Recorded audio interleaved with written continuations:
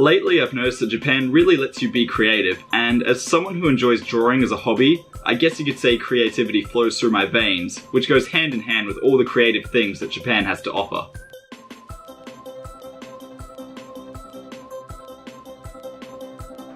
That one's going on the fridge. For example, the other week I was browsing Twitter and it alerted me that the manga series Berserk was actually going to have a huge showcase at a bookstore in Shinjuku to celebrate the release of the latest manga chapter. Now that in itself is pretty cool, but what really caught my attention was on the advertisement for the showcase. They had the cover of the new manga on it, but it featured a typical Japanese salaryman. Initially I thought to myself, I don't remember this character, this is rubbish. But as it turns out, there's actually a photo booth there for you to get creative with. A photo booth. What an opportunity. But what pose? These are the questions I asked myself late at night. I asked my brother, who is a massive Berserk fan, on what ridiculous pose that I could do that would literally offend everyone and their second favourite cousin. And that, my friends, is how I managed to dab my way into the world of Berserk.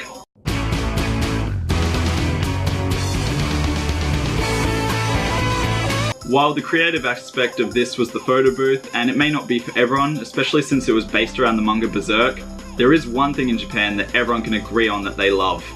Cup noodles. Japan can actually give you the opportunity to make your own customized cup of noodles. To be able to live out this fantasy, you'll have to make your way to the Cup Noodle Museum, which is located in Yokohama, just south of Tokyo. Funnily enough, the Ramen Museum, which was also featured on this channel, is also in Yokohama. I guess they just really love noodles around there. If you've ever just stopped in the supermarket and stared at a cup noodle and wondered all about it, like so many of us do, then this is the place to go. The first thing you'll run into if you don't get suckered in by the souvenir shop is a giant room that displays the timeline of the product. They have everything from its simple origins in 1958 as chicken ramen all the way to the present day. One wall even displays all the special varieties of cup noodle that have made their way overseas. Unfortunately, there was no representation from Australia, but that's probably because we're all about that mee goreng. And of course, it wouldn't be a Cup Noodle Museum without heaps of information about the man behind the cup, Ando Momofuku. They had a cool short animated film on Ando's success story, and it is in Japanese, but don't worry, they actually give you little devices that'll translate it into English among other languages. In a turn of unfortunate events, the lady that handed me my device had set it to Korean for whatever reason, and I couldn't figure out how to change it back. Not a big problem though, because I quite enjoyed listening to it in Japanese because it was good listening practice.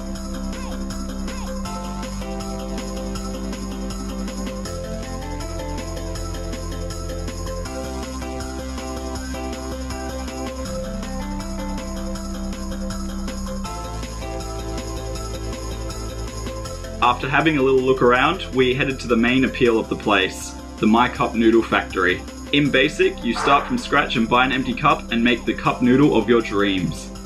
The first thing you do after buying your empty cup is head to one of the tables and decorate your cup to your heart's content. I couldn't think of anything to draw on it, so I opted for a line pattern. Ha, so much for that creativity I boasted earlier. But next came the interesting part. You had to choose one of 4 powders that would make up the liquid flavour. Then on top of that, you had to choose 4 of many toppings that you would put in your cup noodle. They had all sorts of things such as prawns, potatoes, and onions. This part was especially interesting because you saw the whole process of your cup from the beginning all the way to the finished product. You even get to turn this little handle and watch your cup defy gravity. After all of that, you have your completed cup noodle, and they give you an inflatable bag that you can put it in so you can preserve it for many years to come. But now I live the dilemma of debating whether or not to eat it. I mean, I really do like the presentation of it. Wouldn't you agree? They also had this tree diorama room, which I found way too fascinating, judging by the amount of footage that I took of it. I want one of these in my house.